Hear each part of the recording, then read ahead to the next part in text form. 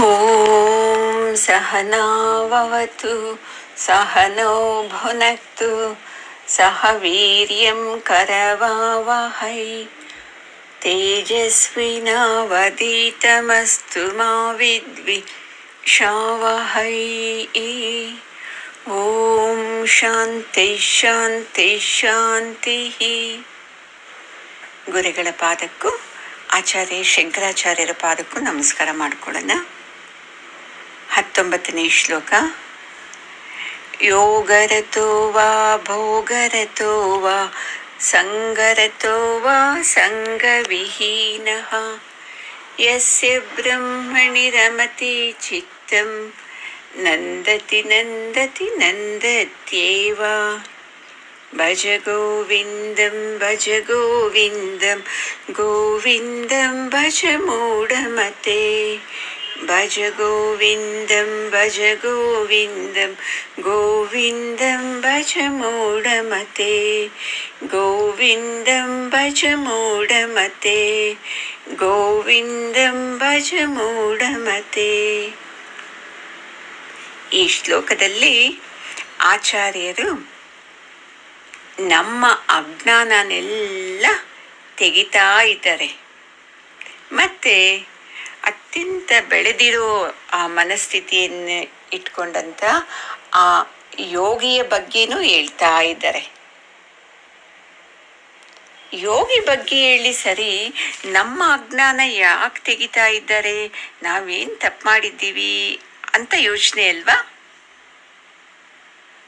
ಆಚಾರ್ಯರು ಈ ಶ್ಲೋಕದಲ್ಲಿ ಹೇಳ್ತಾ ಇದ್ದಾರೆ, ನೀವು ಯೋಗದಿಂದ ಬೇಕಾದರೂ ಜೀವನ ಮಾಡಿ, ಇಲ್ಲ ನಿಮಗೆ ಏನೇನು ಸಂಪತ್ತು ನಿಮ್ಮ ಪ್ರಾರಬ್ಧದಲ್ಲಿ ಬಂದಿದೆಯಲ್ವಾ ಆ ಸಂಪತ್ತಿನ ಜೊತೆ ಬೇಕಾದ್ರೇನು ಜೀವನ ಮಾಡಿ.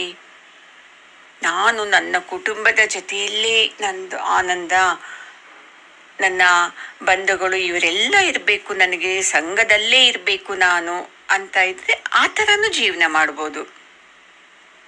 ಇಲ್ಲ ನನಗೆ ಇಷ್ಟ ಇಲ್ಲ ಸಂಘದಲ್ಲಿರೋದು, ಈ ಕುಟುಂಬದಲ್ಲಿರೋದು, ನಾನು ಒಬ್ಬನೇ ಜೀವನ ಮಾಡಬೇಕು ಅಂತ ಇದ್ದೀನಿ ಅಂದರೆ ಆ ಥರನೂ ಇರ್ಬೋದು ಅಂತ ಹೇಳ್ತಾ ಇದ್ದಾರೆ. ನೀನು ಯಾವ ಥರನ ಇರಪ್ಪ, ಒಟ್ಟಿನಲ್ಲಿ ನಿನ್ನ ಮನಸ್ಸು ಆ ಭಗವಂತನ ಚಿಂತನೆಯಲ್ಲಿರಲಿ, ಆ ಬ್ರಹ್ಮನ ಚಿಂತನೆಯಲ್ಲಿ ಇದ್ದಾಗ ಹೆಂಗಿರ್ತಾನೆ ಗೊತ್ತಾ ಯೋಗಿ? ಯಾವಾಗಲೂ ಆನಂದವಾಗಿರ್ತಾನಂತೆ. ಅದು ಅಲ್ಲಿ ಬೆಳೆದಂಥ ಯೋಗಿಯ ಬಗ್ಗೆ ಆಯಿತು. ನಮಗೇನು ಅಜ್ಞಾನ ತೆಗಿತಾ ಇದ್ದಾರೆ? ನಮ್ಮದು ಅಜ್ಞಾನೇನೇ ಇಲ್ವಾ ಇದು? ನಮಗೆ ಒಬ್ಬ ಯೋಗಿ, ಒಬ್ಬ ಜ್ಞಾನಿ, ಒಬ್ಬ ಸದ್ಗುರು ಅಂದರೆ ನಮ್ಮದೇ ಒಂದು ಪಿಕ್ಚರ್ ಐತಿ ನಮ್ಮ ಮನಸ್ಸಲ್ಲಿ, ಹಿಂಗೇ ಇರಬೇಕು ಅಂತ. ಅವರು ತುಂಬ ಮಾತಾಡಬಾರ್ದು, ಯಾರ ಜೊತೆನೂ ಸೇರಬಾರ್ದು, ಅವರು ಏಕಾಂತವಾಗಿರಬೇಕು, ಎಷ್ಟು ಪದಾರ್ಥಗಳನ್ನು ಅವರು ಉಪಯೋಗಿಸ್ಬಾರ್ದು, ಅವರು ಕಷಾಯ ಬಟ್ಟೆಗಳನ್ನೇ ಹಾಕ್ಕೋಬೇಕು, ರುದ್ರಾಕ್ಷಿ ಹಾಕಬೇಕು, ಮಾಲೆ ಹಾಕ್ಕೋಬೇಕು, ಮತ್ತೆ ತಲೆ ಕೂದಲು ಜಟೆ ಬಿಟ್ಟಿದ್ದವ್ರಂತಂದು ತುಂಬ ಪ್ರೀತಿ ನಮಗೆ. ಜಟೆ ಬಿಟ್ಟಿರಬೇಕು, ಇಲ್ಲ ತಲೆ ಬೋಳಿಸಿರ್ಬೇಕು, ಈ ಥರ ಎಷ್ಟು ನಿಯಮಗಳಿದೆ. ಈ ಥರ ಇದ್ದವರೆಲ್ಲರೂ ಅವರು ಮಾತ್ರ ಪರಮಾತ್ಮನ ಕಡೆ ಹೋಗೋಕ್ಕೆ ಸಾಧ್ಯ ಅಂತ ನಮ್ಮ ನಂಬಿಕೆಗಳು. ಅದನ್ನೆಲ್ಲ ತೆಗೆದಾಕ್ತಾ ಇದ್ದಾರೆ ನೋಡಿ. ಭಗವಂತನ ಕಡೆ ಹೋಗ್ಬೇಕಂದ್ರೆ ಇವು ಯಾವ ನಿಯಮಗಳಿಲ್ಲ. ಭಗವಂತನ ಕಡೆ ಹೋಗ್ಬೇಕು, ಆ ಪರಮಾತ್ಮನನ್ನ ತಿಳ್ಕೋಬೇಕು ಅಂತಂದವ್ರಿಗೆ ಮಾತ್ರ ನಾವು ಅಂದ್ಕೊಂಡಿದ್ದ ನಿಯಮಗಳಲ್ಲದೆ ಈ ನಿಯಮಗಳನ್ನು ಯಾರು ಪಾಲನೆ ಮಾಡ್ತಾರೆ ಅಂದರೆ ಅವನು ಮಾತ್ರ ಭಗವಂತನ ಕಡೆ ಹೋಗೋದಕ್ಕೆ ಸಾಧ್ಯ ಅಂತ ಹೇಳ್ತಾ ಇದ್ದಾರೆ ಆಚಾರ್ಯರು. ಆ ಭಗವಂತನ ಕಡೆ ಹೋಗ್ಬೇಕು, ಆ ಗೋವಿಂದನ್ನ ತಿಳ್ಕೋಬೇಕು ಅನ್ನೋನಿಗೆ ಒಂದೇ ಒಂದು ಅರ್ಹತೆ ಅವರು ಹೇಳೋದು, ಸಾಧನ ಚತುಷ್ಟಯ ಸಂಪನ್ನನಾಗಿರಬೇಕು ಅಂತ ಹೇಳ್ತಾ ಇದ್ದಾರೆ ಅಷ್ಟೇ ಅವರು. ನಾವು ಆ ಸಾಧನ ಚತುಷ್ಟಯ ಸಂಪನ್ನ ಅನ್ನೋದನ್ನ ಬಿಟ್ಟು ನಾವು ಇವೆಲ್ಲ ನಿಯಮಗಳನ್ನು ಹಾಕ್ಕೊಂಡ್ಬಿಟ್ಟಿದ್ದೀವಿ.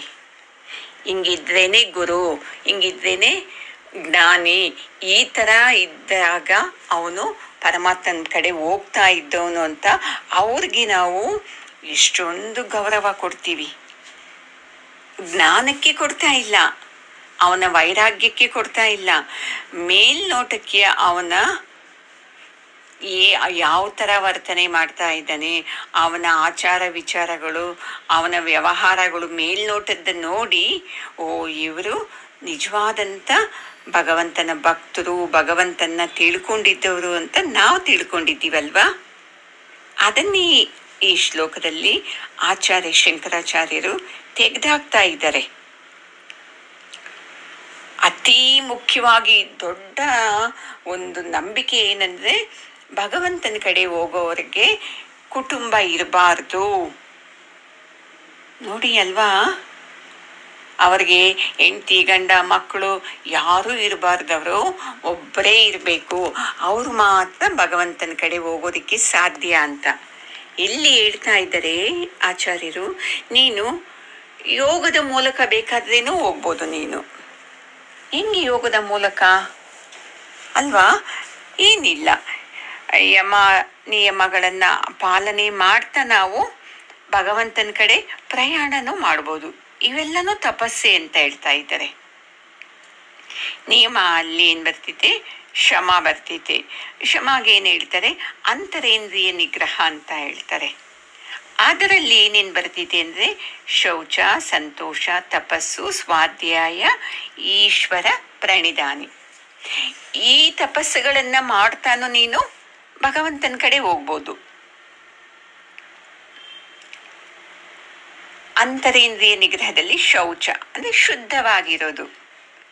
ನಾನು ಶುದ್ಧವಾಗಿರಬೇಕು, ನನ್ನ ಸುತ್ತಮುತ್ತಲೂ ಶುದ್ಧವಾಗಿರಬೇಕು. ಮತ್ತೆ ಏನಿದು ಬರೀ ಸ್ನಾನ ಮಾಡ್ಕೊಂಡಲ್ಲ, ಮಾನಸಿಕವಾಗಿನೂ ಶುದ್ಧತೆ ಇರಬೇಕು.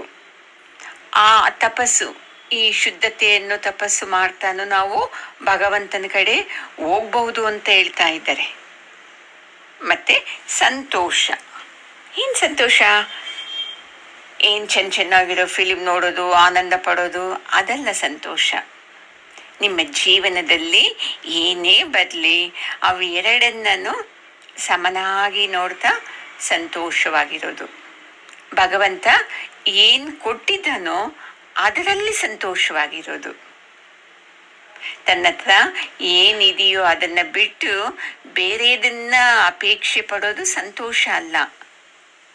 ನಮ್ಮ ಪ್ರಾರಬ್ಧಕ್ಕೆ ಅನುಸಾರವಾಗಿ ನಾವೇ ತೆಗೆದುಕೊಂಡು ಬಂದಿದ್ದೀವಲ್ಲ ಭಗವಂತನಿಂದ ಈ ಜೀವನನ.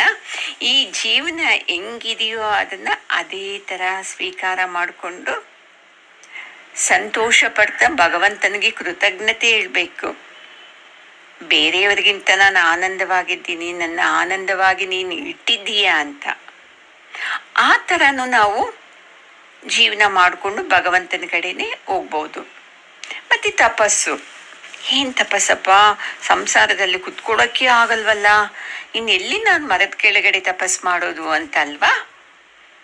ಈ ಸತ್ಸಂಗ ಕೇಳೋದು ಒಂದು ತಪಸ್ಸೆ. ಈ ಥರ ಚಿಂತನೆಗಳನ್ನು ಮಾಡೋದು ತಪಸ್ಸೆ. ವಾರಕ್ಕೆ 3-4 ಕ್ಲಾಸ್ ಗುರುಗಳಿಂದ ಸತ್ಸಂಗ ಕೇಳೋದು, ಒಂದೊಂದು ಗಂಟೆ ಒಂದೊಂದು ಕ್ಲಾಸು. ಮತ್ತು ನೀವು ಯೂಟ್ಯೂಬಲ್ಲಿ ಒಳ್ಳೊಳ್ಳೆ ಗುರುಗಳ ಸದ್ವಿಚಾರಗಳನ್ನು ಕೇಳೋದು, ಅದ್ರ ಬಗ್ಗೆ ಯೋಚನೆ ಮಾಡೋದು. ಮತ್ತು ಗುರುಗಳ ಹತ್ರ ನಿಮ್ಗೇನು ಡೌಟ್ಸ್ ಬಂದಿದೆ ಅಲ್ವಾ ಆ ಕ್ಲಾಸಲ್ಲಿ, ಅದ್ರ ಬಗ್ಗೆ ವಿಚಾರ ವಿನಿಮಯ ಮಾಡೋದು. ಏನು ಹೇಳಿದ್ದಾರೆ ಇವತ್ತು ಕ್ಲಾಸಲ್ಲಿ ಗುರುಗಳು ಅಂತ ಅದ್ರ ಬಗ್ಗೆ ಯೋಚನೆ ಮಾಡೋದು. ಇದು ಎಲ್ಲನೂ ತಪಸ್ಸೆ ನೋಡಿ. ಎಂಥ ಅಜ್ಞಾನ ಅಲ್ವಾ? ತಪಸ್ಸಂದರೆ ಕುಟುಂಬ ಬಿಟ್ಬಿಡಬೇಕು, ದೂರ ಹೋಗಬೇಕು, ಕಾಡಲ್ಲಿ ಇಲ್ಲ ಹಿಮಾಲಯದಲ್ಲಿ ಕುತ್ಕೊಂಡು ಓಂ ನಮಃ ಶಿವಾಯ ಅಂತ ಜಪ ಮಾಡೋದೇ ತಪಸ್ಸು ಅಂತ ನಾವು ತಿಳ್ಕೊಂಡಿದ್ದೀವಿ. ನೋಡಿ, ಆಚಾರ್ಯರು ಎಷ್ಟು ಸರಳವಾಗಿ ನಮ್ಮನ್ನು ಕುಟುಂಬದಲ್ಲಿ ಇದ್ದು 1 ಇಂಚು ಪಕ್ಕಕ್ಕೆ ಕದಲಿಸದೆ ಕುಟುಂಬ ಬಿಟ್ಟು ಸನ್ಯಾಸತ್ವ ತಗೊಳ್ಳೋದೇನೆ ನಾವು ಈ ಥರ ತಪಸ್ಸೆಲ್ಲ ಮಾಡಿಕೊಂಡು ನಾವು ಭಗವಂತನ ಕಡೆ ಹೋಗ್ಬೋದು ನೋಡಿ. ಇದು ಗುರುಗಳು ನನಗೆ ಕೊಟ್ಟಿದ್ದಂಥ ಮಹಾ ತಪಸ್ಸಿದು. ನಾನು ಇದೇ ಅಜ್ಞಾನದಲ್ಲಿದ್ದಿದ್ದು ಮೊದಲು. ಎಲ್ಲ ಬಿಟ್ಟು ಆಶ್ರಮದಲ್ಲಿರಬೇಕು, ಆವಾಗಲೇ ಈ ಜ್ಞಾನ ಸಿಕ್ಕೋದು, ಆವಾಗಲೇ ಭಗವಂತನ ದರ್ಶನ ಆಗೋದು ಅಂತ. ನನಗೆ ಗುರುಗಳು ಪರಿಚಯ ಆದಾಗ್ಲಿಂದ ಇವತ್ತವರೆಗೂ 1 ಇಂಚು ಕದಲಿಸಿಲ್ಲ ನನ್ನ ಸಂಸಾರದಿಂದ. ಇದೇ ಸಂಸಾರದಲ್ಲೇ ಫೋನಲ್ಲೇ ನನಗೆ ಇಷ್ಟೊಂದು ಕ್ಲಾಸ್ ಮಾಡಿ ಇಷ್ಟೊಂದು ಆನಂದ ಕೊಡ್ತಾ ಇದ್ದಾರೆ ನೋಡಿ. ಈ ಥರ ನಾವು ತಪಸ್ಸು ಮಾಡಬೇಕು. ಮತ್ತು ಸ್ವಾಧ್ಯಾಯ, ನಾವು ಸ್ವಾಧ್ಯಾಯ ಮಾಡ್ತೀವಿ. ಎಂಥದ್ದು, ನ್ಯೂಸ್ ಪೇಪರ್ ಓದ್ತೀವಿ, ಅದು ಇದು ಕ್ರೈಮ್ ನ್ಯೂಸ್ ಓದೋದು, ಈ ಥರ ಕಾದಂಬರಿಗಳು ಓದೋದು, ಇದು ಒಂದು ಅದು ಒಂದು ಅಧ್ಯಯನ ಅಷ್ಟೇ. ಸ್ವಾಧ್ಯಾಯ ನಮ್ಮನ್ನು ಬ್ರಹ್ಮನ ಕಡೆ ಕರ್ಕೊಂಡು ಹೋಗೋ ಅಂಥ ಪುಸ್ತಕಗಳನ್ನು, ಅಂಥ ಗ್ರಂಥಗಳನ್ನು ಓದಬೇಕು. ನಾನು ಒಂದು ದಿವಸದಲ್ಲಿ ಅರ್ಧ ಗಂಟೆ ನಾನು ಈ ಥರ ಸ್ವಾಧ್ಯಾಯ ಮಾಡ್ತೀನಿ.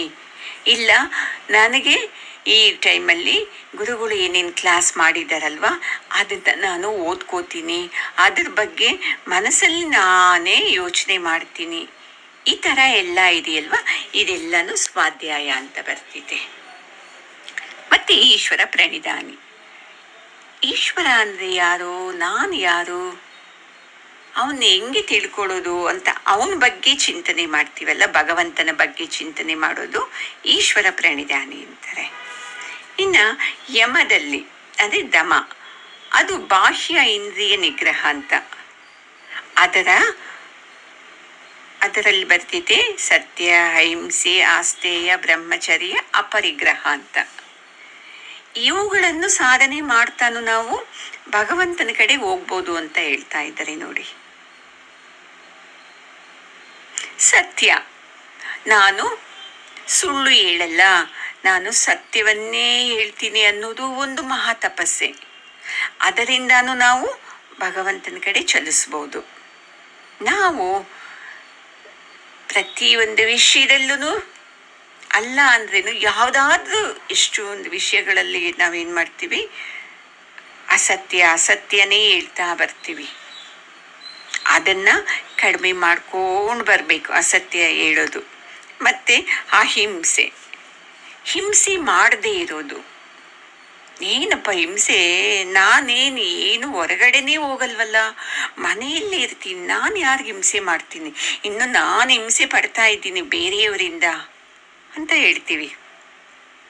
ಅಹಿಂಸೆ ಅಂತ ಹೇಳಿದ್ರೆ ಯಾರನ್ನ ಏನು ಮಾಡದೇ ಇರೋದಲ್ಲ, ಪ್ರಾಣಿಗಳನ್ನು ವಧೆ ಮಾಡದೇ ಇರೋದು, ಅದು ಅಹಿಂಸೆ ಅಂತ ನಾವು ತಿಳ್ಕೊಂಡಿದ್ದೀವಿ ಅಲ್ವಾ.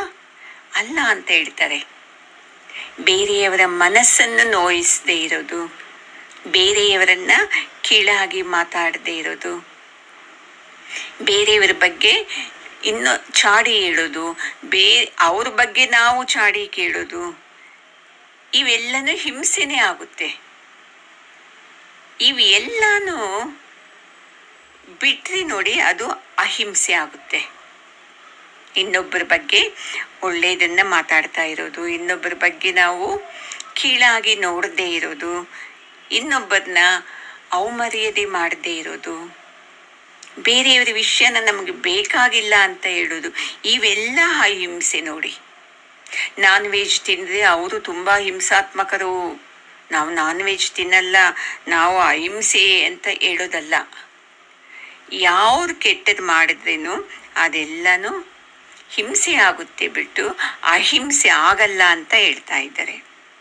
ಮತ್ತು ಆಸ್ತೇಯ, ಕದಿಬಾರ್ದು. ಇನ್ನೊಬ್ಬರ ವಸ್ತುವನ್ನು, ನಮ್ಮದಲ್ಲದ ವಸ್ತುವನ್ನು ಕದಿಬಾರ್ದು. ಅದು ಕೆಲವರು ಕದಿತಾ ಇರೋದು ಅಂತಲೂ ಗೊತ್ತಾಗೋದೇ ಇಲ್ಲ.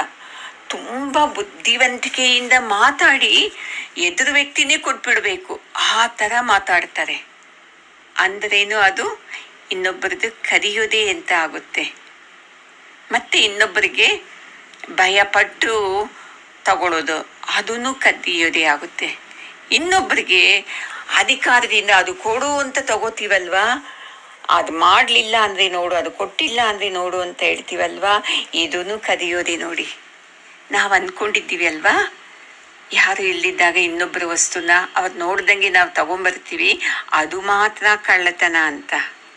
ಇಲ್ಲ ನೋಡಿ, ಈ ಥರ ನೈಸಾಗಿ ಪ್ರೀತಿಯಿಂದ ಮಾತಾಡ್ತಾ ಮಾತಾಡ್ತಾನೆ ತಮಗೆ ಬೇಕಾಗಿದ್ದೆಲ್ಲ ತಗೊಳ್ತಾರಲ್ವಾ. ಒಳಗೆ ಕೆಟ್ಟ ಬುದ್ಧಿ ಇಟ್ಕೊಂಡು ಇದೂ ಕಳ್ಳತನ ಅಂತಾನೆ ಹೇಳ್ತಾ ಇದ್ದಾರೆ. ಮತ್ತೆ ಬ್ರಹ್ಮಚರ್ಯ. ಏನ್ ಬ್ರಹ್ಮಚರ್ಯ? ಮದುವೆ ಆಗದೆ ಇರೋದೇ ಅಲ್ವಾ? ಹಾ, ಅಲ್ಲ. ಬ್ರಹ್ಮಚರ್ಯ ಅಂದ್ರೆ ಆ ಬ್ರಹ್ಮನನ್ನ ತಿಳ್ಕೊಳ್ಳೋಕೆ ಹೋಗ್ತೀವಲ್ವ, ಈ ತರ ಆಧ್ಯಾತ್ಮ ಚಿಂತನೆ ಮಾಡ್ತೀವಲ್ವ, ಇದಕ್ಕೆ ಬ್ರಹ್ಮಚರ್ಯ ಅಂತ ಹೇಳ್ತಾರೆ.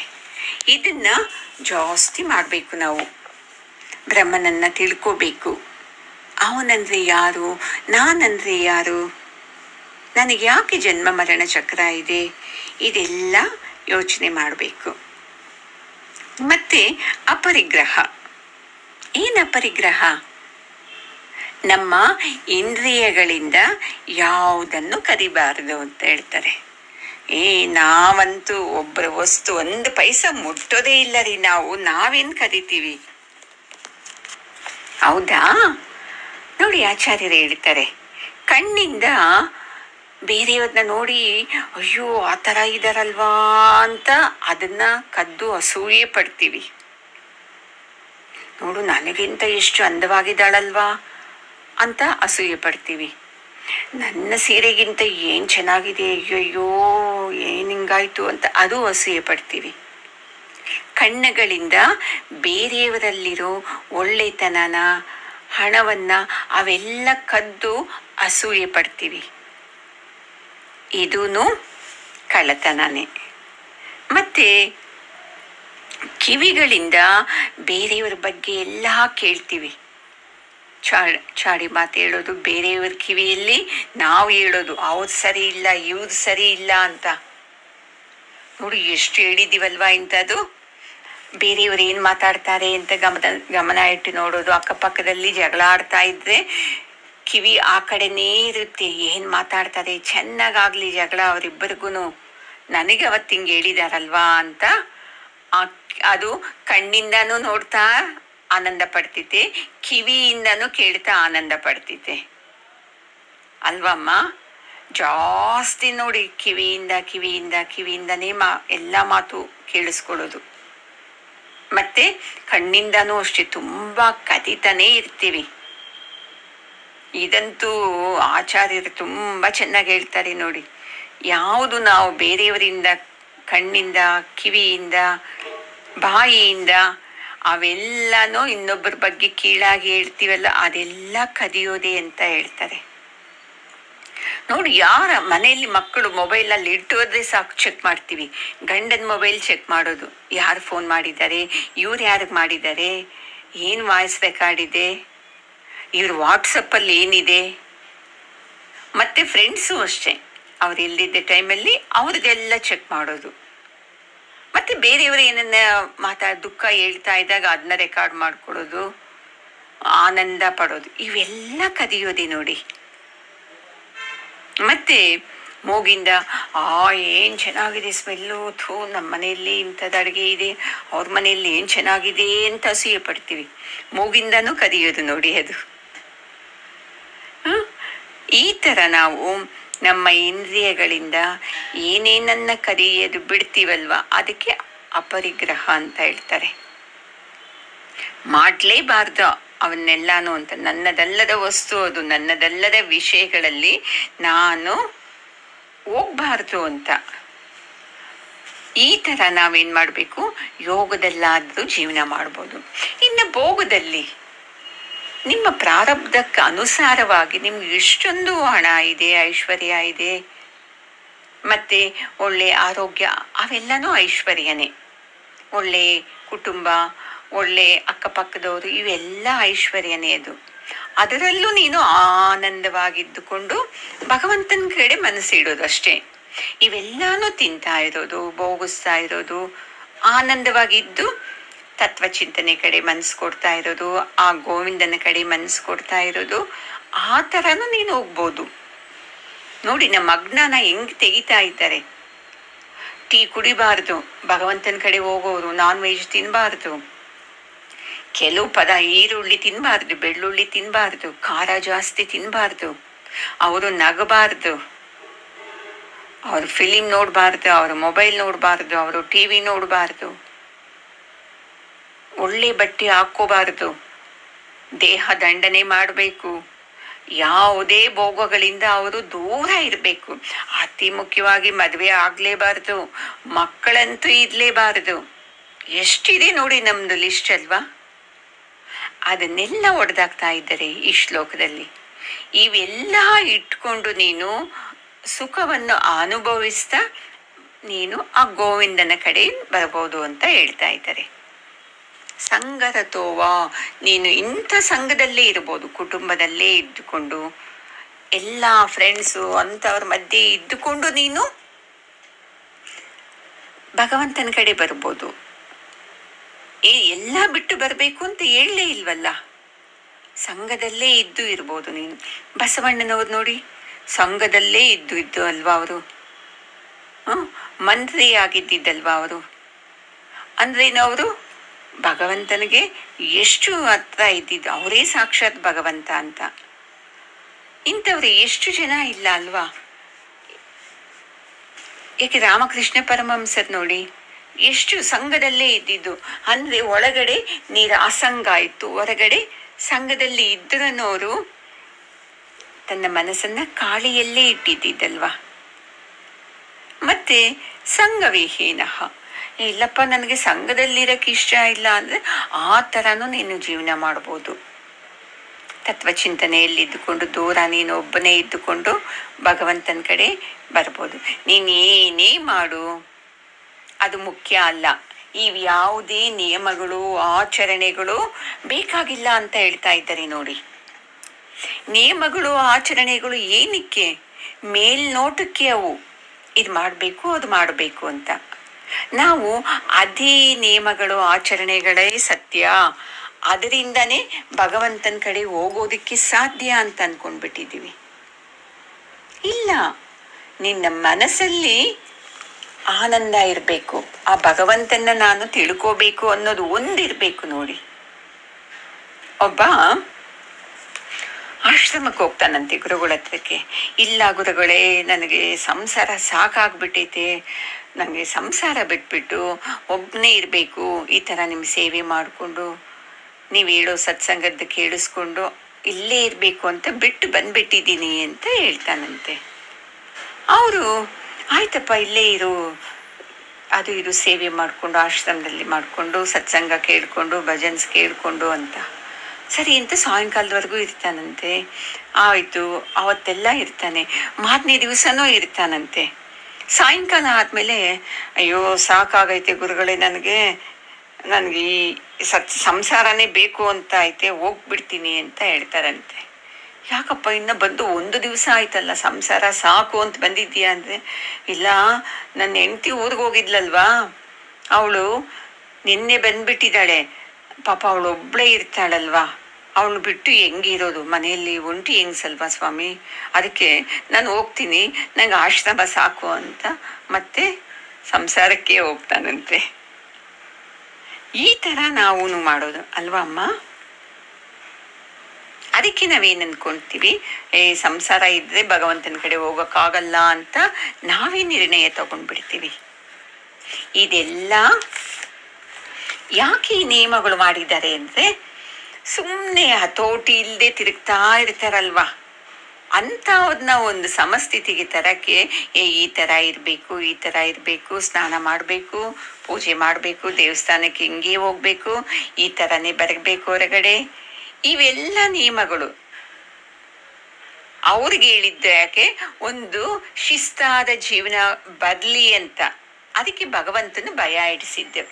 ನೋಡು, ಭಗವಂತನಿಗೆ ಹಿಂಗೆ ಮಾಡಿದ್ರೆ ಸರಿ ಹೋಗಲ್ಲ ಅಂತ ನಾವೇನು ಮಾಡ್ತಾ ಇದ್ದೀವಿ, ನಿಜವಾದ ಉದ್ದೇಶ ಬಿಡ್ತಾ ಇದ್ದೀವಿ. ಆ ಆನಂದದ ಕಡೆ ಹೋಗೋ ಉದ್ದೇಶ ಬಿಟ್ಟು ಈ ನಿಯಮಗಳಲ್ಲೇ ನಾವು ಸಿಕ್ಕಾಕೊಂಡು ಯಾರು ಈ ಥರ ನಿಯಮಗಳನ್ನ ಪಾಲನೆ ಮಾಡಲ್ವೋ ಅವ್ರನ್ನ ನಾವು ಕಾಲಿಡಿದು ಎಳಿತಾ ಇದ್ದೀವಿ.